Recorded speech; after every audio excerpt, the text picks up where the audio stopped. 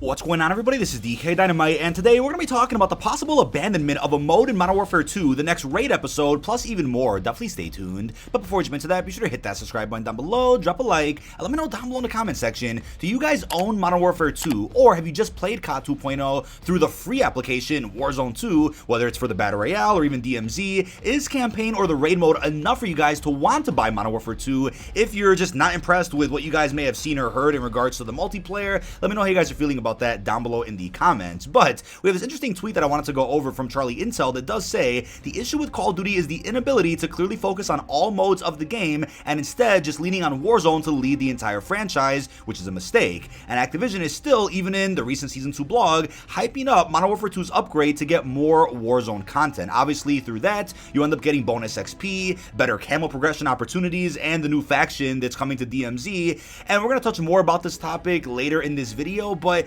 yeah, you know what? I gotta agree with that. I do think that the dev teams are big enough to go ahead and focus on each mode equally. I just think there's enough budget, resources, and manpower to do that, especially when they market Modern Warfare 2 and Warzone 2 as the beginning of a new era for the franchise, COD 2.0. So I do hope that they pick up the pace a little bit with equally updating each mode, and hopefully that sets a precedent for other future Call of Duty games that are in store for the series. Now, tonight's video is sponsored by Ipsis I Say. Ipsis I Say allows you to take part in research and answer some simple questions to earn rewards. You can win so many different gift cards, but my favorite one is certainly the PayPal Funds card. The surveys are also a ton of fun to do. I personally enjoy doing Ipsis I Say while I have some time in between matches of Warzone or even in between video edits. The website is really easy to navigate and isn't cluttered with ads like other websites are. I also just deposited some funds from that PayPal card into my checking account just from answering some simple surveys. It's that easy. Now, if you're ready to start earning some rewards from the surveys, then be sure to click on the link in this video's description and start earning rewards with Ipsis I Say today. But thank you to Ipsis I Say for sponsoring tonight's video. Now back to the video. As you guys may have noticed on the Season 2 roadmap, there is no mention whatsoever of a new Spec Ops experience. Not a new mission, not even an LTM of sorts. Obviously Season 1 brought us a couple of bonus missions. There was one full-fledged one, and then there was this LTM gun game-like experience added to the Zaya Observatory.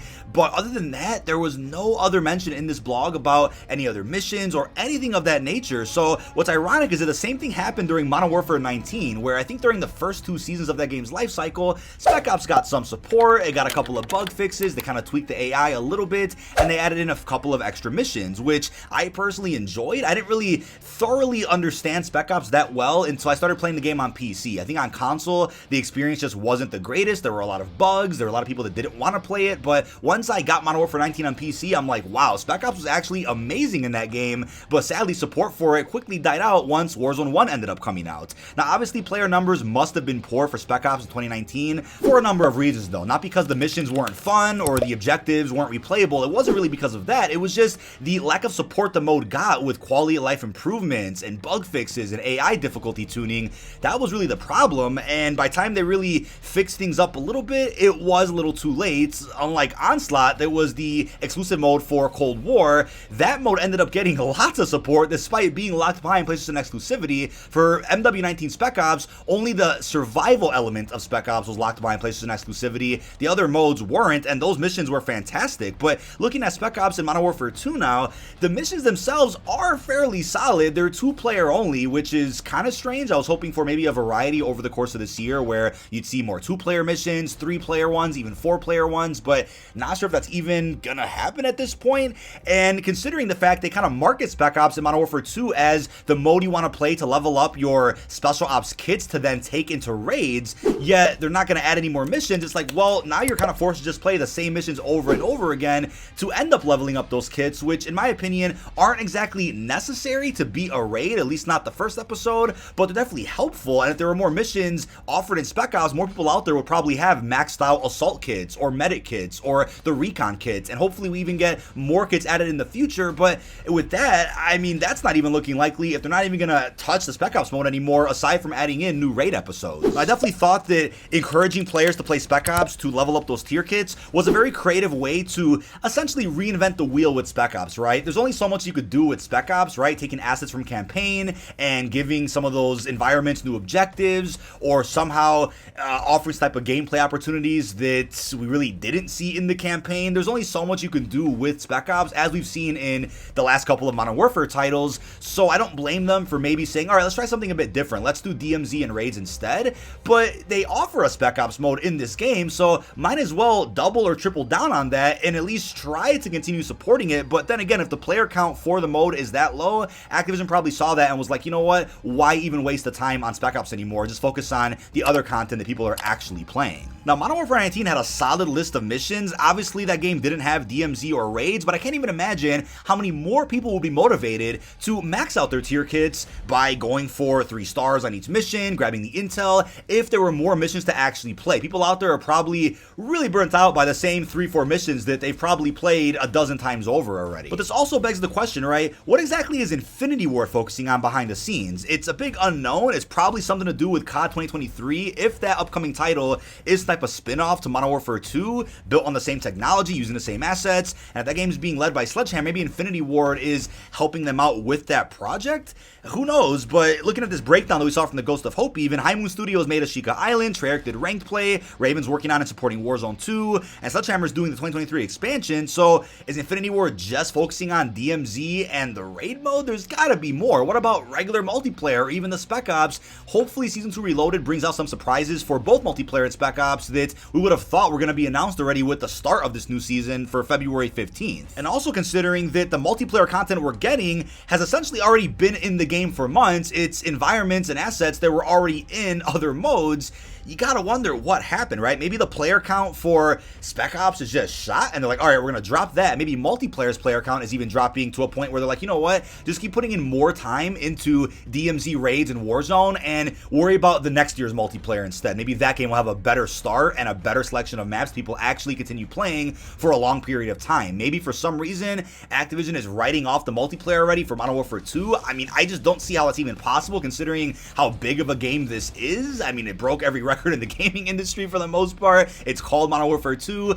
I don't see them abandoning multiplayer Spec Ops just yet, but obviously with Spec Ops, I could see them doing it considering how they handled it in Modern Warfare 19. Now, honestly, I would love to see more Chicago content added to Modern Warfare 2. I was born and raised in Chicago, so seeing it in campaign was just an experience for me. It was fantastic. So imagine seeing some Spec Ops missions taking place in similar environments that we saw in that Chicago mission. I would love to see that, whether it's a part of a Spec Ops mission or a raid, even a smaller DMZ map. Would love to see that. And with that being said, I even had this idea that I wanted to run by you guys. Season 1 obviously had a big focus on Al Mazrah, the big new map for Warzone 2.0, and we got some Spec Ops missions centered around Al Mazrah, taking place in different environments on that big experience, right? Season 2, though, could have had missions on smaller sections of Ashika Island, if anything, to go with the continuity of this Japanese-themed season. And let's say Season 3 ends up adding in the Las Almas Battle Royale map, which got leaked a little while ago. Maybe some Spec Ops missions during that season could have been taking place on smaller portions of the Las Almas BR map, or the portions of Las Almas we already have in multiplayer or ground war.